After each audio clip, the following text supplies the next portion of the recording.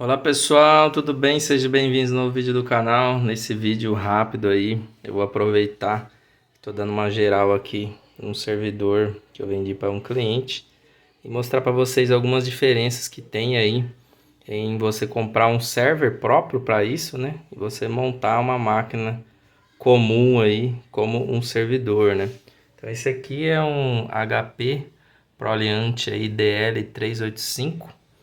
E aí eu tô dando uma geral nele aqui, né? Limpando e fazendo a instalação do sistema, etc. E vou aproveitar para mostrar para vocês alguns detalhes aí, né? Por exemplo, ele tem esse server, né? Ele tem aqui são os coolers, né? Então aqui estão os coolers que vai ventilar aqui o processador, as memórias e todo o resto ali. Então, dos primeiros diferenciais aí que tem em máquina server, né, por exemplo, é que os coolers você troca, né? Então, rapidamente aqui, ó, você troca o cooler, tá vendo? É assim que é a conexão dele, ó. Ali, ó, HP, né? Então, ele é um cooler bem potente, muito potente mesmo. E aí ele é encaixado ali, ó. Então, você consegue fazer a troca, né? Facilmente aí dos coolers. Outro detalhe, em máquina server, né, como essa, você pode ter, por exemplo, essa consegue ter dois processadores, essa aqui está com dois processadores. Numa máquina convencional, o máximo que você vai conseguir colocar é somente um processador. Além disso, você consegue colocar uma grande quantidade de memórias, né? Então essa máquina aqui, por exemplo, ela suporta aí, ela tem 12 slots para cada processador, né? Então tem 12 de um lado, mais 12 do outro. E você consegue colocar 8 GB em cada um desses slots aqui. Então você consegue uma capacidade grande de memória, né? Chegando aí a 256 GB. Essa máquina aqui, se eu não me engano, está com 68 GB de memória. Outro detalhe muito importante é as fontes, né? Então aqui você tem fontes, essas daqui do tipo hot swap, né? Que seria o que? E redundantes também, né? Então, se você tiver com... se alguma das fontes vier apresentar problema, a outra assume, né? E ela é hot swap, ou seja, você consegue fazer a troca dela quente, né? Mesmo com a máquina ligada, você pode tirar uma, trocar e colocar outra, né? Então, ela é uma fonte aí bem potente, né? Essa daqui de 750 watts aí, da HP, né? Então são fontes hot swap. Numa máquina convencional, você não consegue ter duas fontes redundantes. Você só vai ter uma, se aquela der problema, a máquina vai parar, né? Vai desligar. Esse tipo de server é feito para ficar ligado direto, para não parar, né? Outro detalhe também, você consegue ter várias placas de rede. Nesse daqui, por exemplo, ele tem aí 4 placas de rede, ó. Então, 4 placas de rede, e isso ajuda muito, principalmente quando você está usando virtualização, né? Todas gigabit aí, top. E ele tem também esse HP, essa placa aqui que é para conexão ao hilo, que é o que? Esse hilo. Depois eu posso até mostrar lá no PC para vocês verem, para vocês entenderem, mas basicamente você consegue ligar, desligar a máquina e ver a tela dela da BIOS, de configuração, tudo, várias informações remotamente, mesmo que o server estiver desligado. Basta estar, obviamente, aqui o LIO ligado e ligado na fonte, né? O restante você consegue fazer tudo remoto. Então isso é outra coisa que o server tem que uma máquina convencional não tem, né? Obviamente, por todo esse conjunto de verificação que ele faz quando liga, ele demora muito mais para ligar do que um computador tradicional, né? Até porque ele não é feito para ficar desligando ele toda hora. E outro detalhe também aqui, ó, vou mostrar para vocês a memória. Essa daqui, ó, deixei até de fora aqui para antes de colocar ela lá novamente. Essa aqui é de 4 GB, né? Mas vejam como que é o dissipador de calor da memória, né? Ó, veja o detalhe aí, né? Comparando aqui, peguei uma memóriazinha de notebook, né? Poderia ser uma de PC também, só muda o tamanho, né? Mas vocês conseguem ter ideia, né? Essa daqui, por exemplo, tá vendo? Não tem dissipador, não tem nada.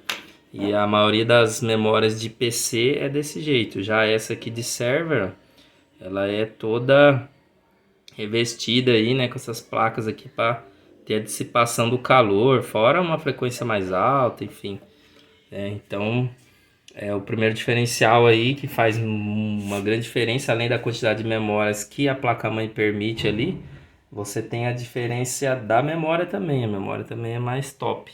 Os HDs aqui, né, esse daqui ele tá com 5 HDs de 450 GB cada um, também do tipo hot swap, né, você pode trocar eles facilmente aí, configurar um RAID, alguma coisa.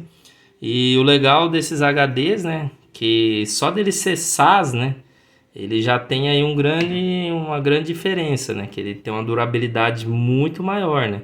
Comparando aqui, ó, peguei até um HDzinho de notebook, que é o mesmo tamanho, né, é o mesmo tamanho aqui.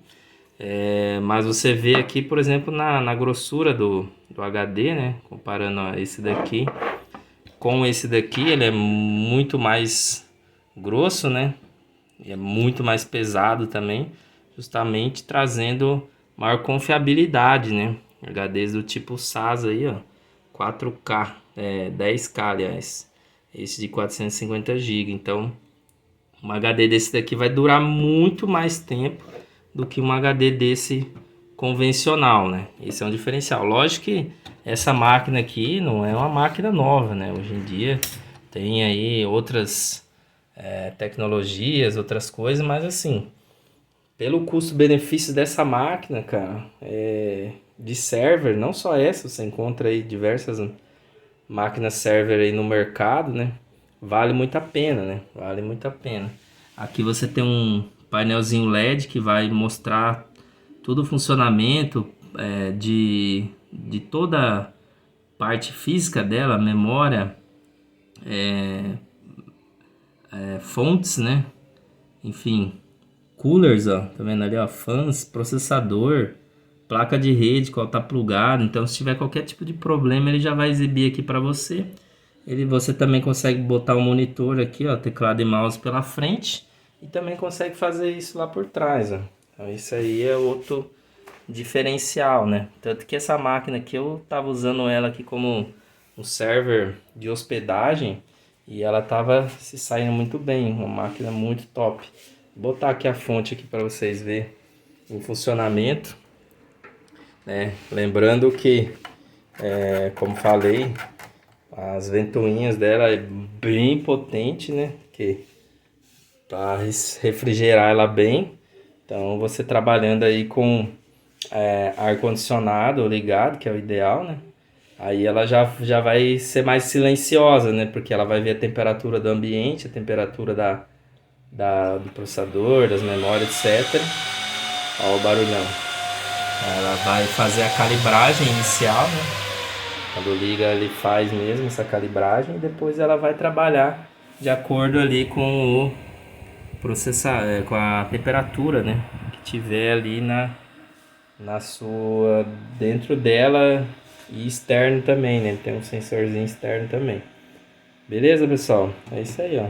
Tá ligando já aqui a máquina. Vamos instalar aqui um Proxmox virtualizado para instalar diversos sistemas aqui do provedor. Que o provedor que tem necessidade, sistema de gerência, sistema de monitoramento, sistema de controle de roteador e etc aí, né? Muita coisa que dá para você ter, sistema de log na rede e muito mais, né?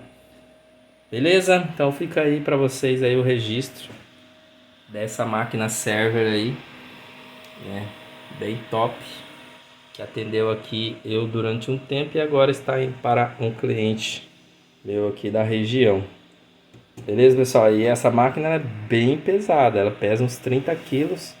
É mais ou menos o que pesa esse tipo de server, né? Eles são bem pesados por quê? Por causa da chapa aqui, né? Toda a chapa dela é de ferro.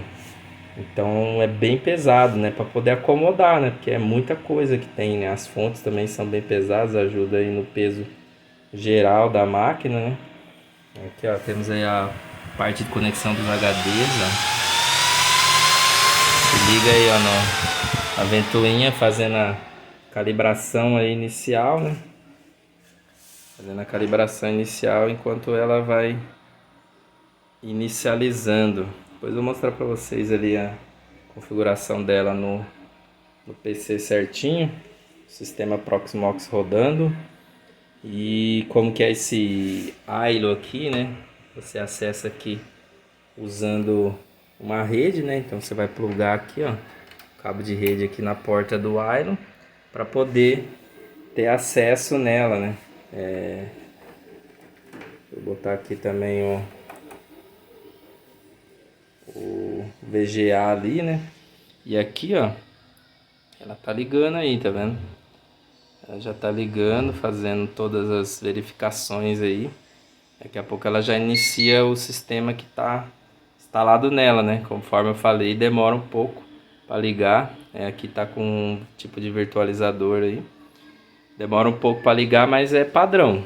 Padrão do servidor por conta de toda a verificação que ele faz, né? Não é feito para ficar sendo reinicializado, desligado. Ele é feito para trabalhar 24 horas. Essa aqui é a realidade. E aí, comparando uma máquina dessa com um PC convencional, essa daqui você vai ter muito mais estabilidade, qualidade, garantia de que o serviço não vai parar, né? Então, dependendo do que você vai rodar ali, você precisa disso, né? Para você não ter dor de cabeça. Beleza, pessoal? Então vamos aos detalhes dela aí agora. Bom, pessoal, só trazendo para vocês aí do servidor, mostrando aí o ILO da HP, esse daqui na versão 3, onde você consegue gerenciar remotamente a máquina, né, e ter acesso a diversas informações dela. Então, se ela tiver qualquer problema no boot, por exemplo, ou se você quiser reinstalar o sistema operacional, você consegue fazer isso à distância, né, assim, pela internet, né, pelo um computador, por outro computador que tenha acesso até o ILO, né? Então, aqui tá as configurações do ILO na versão 3, né? Você vai configurar um IP nele ali, pode ser DHCP ou IP fixo. E aqui ele já traz algumas informações, se o servidor está ligado e se tem algum problema, né? Que nem aqui ele está falando que tem um problema, e você vai clicar em cima e você já vai conseguir ver qual é o problema. Nesse caso aqui, como está só uma fonte ligada, então ele está falando que está com problema em uma das fontes, que é que o cabo dela não está ligado, e automaticamente não está rodando a redundância, né? Depois eu vou ligar lá para vocês verem a outra fonte e essa mensagem aqui vai sumir. Ele vai começar a trabalhar na redundância aí. E todo o resto está ok, ó, fãs, temperatura, drives. E aqui você consegue ter mais informações, ó, ver se as fãs estão todas ok, as 6 fãs que conforme vocês viram, qual a velocidade de cada uma nesse momento, qual a temperatura nesse momento de cada coisa, né? Então ele consegue ver a temperatura do ambiente, temperatura de cada CPU, temperatura dos módulos ali de memória e temperaturas em gerais do sistema, né? De vários pontos do sistema, storage e outros aí. Então se tiver algum problema, uma temperatura muito alta vai estar aparecendo aqui, e aqui você tem até uma métrica, né, para você saber quando que essa temperatura seria uma temperatura de atenção e quando seria uma temperatura crítica, né. Aqui em Power você tem as fontes, consegue ver as fontes, então uma está ok com a alimentação ligada e a outra está desligada, né, e qual é a voltagem nesse momento em uma dessas fontes, o modo de eficiência que está configurado lá na BIOS. Aqui em processador você consegue ver os dois processadores aí, né, que estão instalados, as memórias que estão instaladas, cada um dos pentes lá, né, os megahertz cada uma, certinho, né, quantos megabits tem cada uma. As placas de rede também aqui, ó, as NIC, né, elas têm 4 NIC, a placa ILO, o MAC de cada uma, a parte de drivers, né, então os HDs aqui, né? Tem 3 HDs aqui no grupo 1 e mais 2 HDs no grupo 2, se os drives estão ok, se tem algum problema. Então ele traz tudo isso de informação, traz aqui alguns logs, ó. Você consegue ver aqui alguns logs de acesso que foi reiniciado, alguma coisa assim, né? Logs de alguma falha aí no gerenciamento, enfim. Consegue fazer alguns diagnósticos também, né, para ver se tem algum problema, resetar o ILO aqui, né, que é essa interface que a gente tá. Tem a parte de acesso remoto, né? Então, essa parte de acesso remoto, até vou comentar um pouco sobre ela. A gente consegue fazer por Java, porém, sabe como que é o Java, né? Bem complicadinho, cheio de dor de cabeça para deixar ele funcionando. Então, para mim conseguir fazer ele funcionar numa máquina aqui, deu um trabalhinho. Tive que fazer algumas alterações que eu vou mostrar para vocês funcionando. Aqui em Virtual Media, você conseguiria subir aqui uma ISO remota, só que isso daqui depende de licença, a licença que vem nele não suporta. Você consegue alterar a ordem do boot, escolher aí, né, no próximo boot qual dos dispositivos que você quer. Tem todo o gerenciamento de energia aqui, ó. Você consegue desligar a máquina, reiniciar ela, né, botar um atraso, um delay aí na hora dela ligar, se ela vai autoligar ou não. Enfim, você consegue configurar tudo isso remotamente, pessoal. Então é bastante coisa, né? Ó, você tem todo um histórico aqui, ó, de uso, né? Quantos watts que tá ali a fonte, enfim. Então é bastante informações aí que você consegue ter através desse ILO aqui, que é na versão 3 aí. Aqui mais configurações aí que você pode fazer na parte de energia. Depois aqui tem as configurações do IP, né? Você pode configurar ali um IPv4 aí para ele, né? Pro ILO. Então você consegue trocar o nome do host, configurar se você quer /10, /100, né? Qual os recursos vai estar ativo ali, tanto no IPv4 quanto no IPv6. E ativar também o protocolo SNTP para questão de data e hora, né? Aqui tem também, na verdade essa porta é a mesma, né? Acho que você poderia compartilhar alguma das outras portas, né, para poder usar para o ILO, né? Essa é a porta de rede dedicada e essa seria uma porta compartilhada, né? Aí você teria que talvez ativar, fazer alguma coisa para ele compartilhar essa outra porta, que é para atualizar firmware, parte de licença, né? Coloquei uma licença de avaliação aqui, né? Que você consegue lá no site da HP, mas ela só funciona por 30 dias e só funciona uma vez também. Os usuários, né? Você consegue criar vários usuários aqui no ILO. Aqui você tem alguns acessos que você consegue fazer no ILO, então você consegue acessar por SSH, com porta de console remoto. Eu acho que essa daqui seria para a área de trabalho remoto, né? Que é essa daqui, ó. Porta HTTP sem SSL com SSL, porta da mídia virtual e outras opções aí. E parte de linguagem, né? Poderia colocar aqui, subir um outro arquivo aqui com outra linguagem aí para esse software. Aqui na parte de segurança, você tem aqui o SSH, case do SSH, certificados do SSL, diretório, algumas configurações de diretório, encriptação. Aí aqui nessa parte da encriptação, o que acontece? O ILO, quando você reseta ele ou ele vem pela primeira vez, se você tentar abrir por um navegador Chrome, igual aqui está aberto, ele não vai funcionar, tá? Ele não vai funcionar. Então, por que ele não funciona? Porque essa configuração aqui, ó, está desabilitada, ela vem desabilitada. Então, o que você tem que fazer? Você tem que abrir no navegador antigo essa versão do ILO, tipo Internet Explorer, habilitar essa função. Aí sim você vai conseguir abrir ele no navegador mais moderno. Aqui tem mais outras configurações de segurança, parte do acesso remoto lá. E se você quiser colocar ali uma mensagem, alguma coisa de segurança.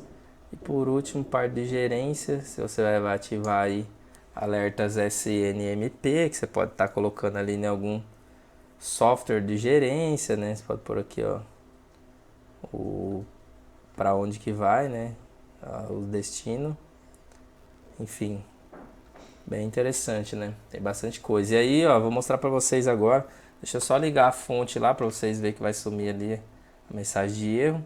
E vou mostrar para vocês o acesso remoto, que é feito pelo Java. Porém, tem alguns detalhes para conseguir acessar ele nessa versão aqui do Ailo 3. Bora lá.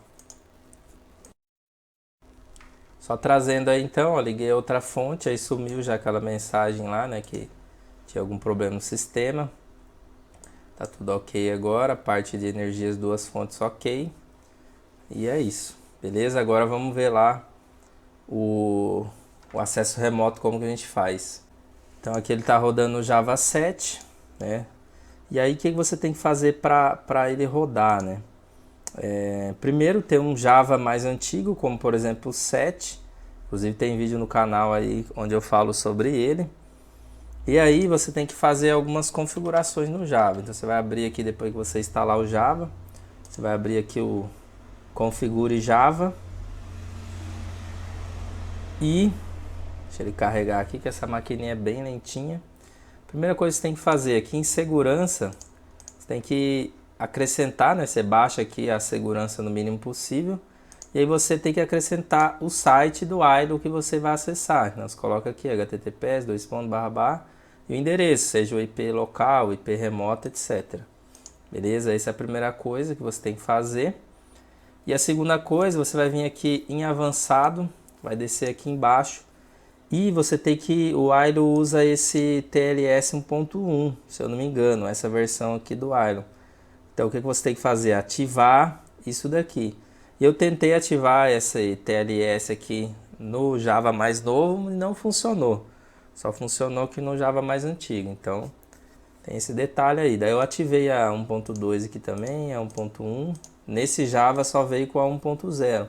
No Java mais novos ele já está na versão bem mais nova. Então aí talvez teria que mexer mais alguma coisa para funcionar. Depois disso você vai vir aqui no Remote Console aqui e vai apertar nesse Web Start, né? Ao você apertar nesse Web Start, ele vai baixar um arquivinho já em Java. Você vai executar esse arquivo. Se deu tudo certo com a sua configuração aí, usando um Java igual esse daqui da versão 7, habilitando aquelas opções lá que eu mostrei para vocês, você vai conseguir se conectar à área de trabalho remota, né? Vai conseguir visualizar a tela do Ailo. Aí temos alguns detalhes também, inclusive referente à licença. Quando o Ailo não está licenciado, não tem nenhuma licença rodando nele, você não consegue visualizar a tela quando o software já bootou, né? Você só consegue ir até na parte de instalação de um sistema, por exemplo. Depois disso, pelos testes que eu fiz, ele derruba. Aqui não abriu, deixa eu ver o que aconteceu. Vamos baixar de novo aqui o Web Start e executar para ver o que aconteceu, que ele não rodou. Aí agora sim, aí ele vai aparecer essa tela, você manda executar. Ele dá alguns avisos de segurança aqui, você manda continuar. Deixa eu minimizar esse console aqui. E aqui, agora sim, ele está conectado. Então ele está conectado já lá no servidor. E como está com a licença, eu consigo ver a tela normal, né? Como está com o Proxmox ligado aqui, eu consigo ver Proxmox, conseguiria logar aqui no Proxmox, né? No normal. E aqui você tem algumas opções, consegue reiniciar ele por aqui também, você consegue inserir um CD, né, uma ISO da sua própria máquina. Foi assim que eu instalei o Proxmox. Você vem aqui e insere a ISO de dentro da sua máquina, seleciona ela ali e aí ele vai inserir lá na máquina e você manda reiniciar ela e ele vai dar boot por aquele local. Você consegue também enviar alguns comandos, etc. Beleza? Então esse é o acesso aí que você tem, né? Então você consegue ver o servidor mesmo se ele não estiver ligado, ok? Então ele tá tentando abrir aqui o outro Java lá que eu estava tentando aquela hora. Então se você mandar reiniciar aqui, você vai ver todo o sistema sendo ligado, aparecendo lá HP. Você consegue entrar na BIOS, consegue fazer tudo remoto, tudo mesmo remoto. Isso aí que é bem legal. Beleza, pessoal? Agora para finalizar aí, vou mostrar para vocês o Proxmox também, né? Para quem não conhece ou não viu rodando, vou mostrar um pouquinho do Proxmox para vocês. Vamos lá. Aqui no Proxmox, né, já está instaladinho, funcionando certinho. Já na última versão atual aí, né, da 7.1.7. E aí você tem aqui as informações aí do seu Proxmox, né? Você consegue ver como que está o uso, qual as máquinas que está sendo utilizada. Então a gente consegue ver aí quantas máquinas virtual estão rodando, como está sendo o uso da CPU, como está sendo o uso da memória, como está sendo o uso do HD, né? Então, por exemplo, aqui, como é um server bem potente, né? Conforme eu falei para vocês, né? Ele tem 32 CPU, né? Então, você consegue rodar muita máquina virtual aqui simultânea. Ele tem bastante memória também, né? Então dá para rodar muita coisa. E um storage aí que está com 2 TB, né? Então tem bastante espaço também. Então aqui você já consegue ver todas as informações do Proxmox. Aqui parte de notas, deixa eu ver o que mais interessante. Aqui tem os HDs, né? Parte de backup, usuários, etc. Toda a configuração, Firewall, né? E aqui é onde aqui em local é onde você consegue subir a ISO. Então, por exemplo, aqui já subiu algumas ISOs que o cliente vai usar. Então, se ele quiser lá rodar o Windows 7, né, mais antiguinho ali para rodar alguma coisa mais antiga. Um servidor aí da TP-Link, o Agile ACS, um Isabel, né, que é um PABX, um MikroTik e um Windows Server mais novo. Então, por aqui você vem, faz o upload aqui da ISO e ele sobe aqui para o HD para você conseguir instalar. E aí aqui você cria, né? Então você consegue criar aqui as máquinas, você vai colocar um nome para ela, você vai dar um nome, vai escolher lá a ISO que você quer, né? Então, vou instalar aqui o MikroTik, um exemplo. Vai escolher o tipo de sistema que se enquadra nessa instalação, vai avançar aqui, você consegue alterar algumas configurações, mas a princípio não precisa alterar nada. Aqui você vai colocar o tamanho do HD que você quer, CPU, né, quanta CPU você quer dar para essa máquina e quanto de memória. E por fim a parte de rede, né? Então você consegue, inclusive aqui tem, você consegue escolher o tipo da placa de rede e tal.